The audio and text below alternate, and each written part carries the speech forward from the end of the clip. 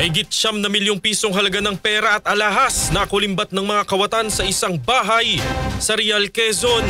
Kasama natin sa balita si Idol Edgardo Maceda ng IFM Lucena.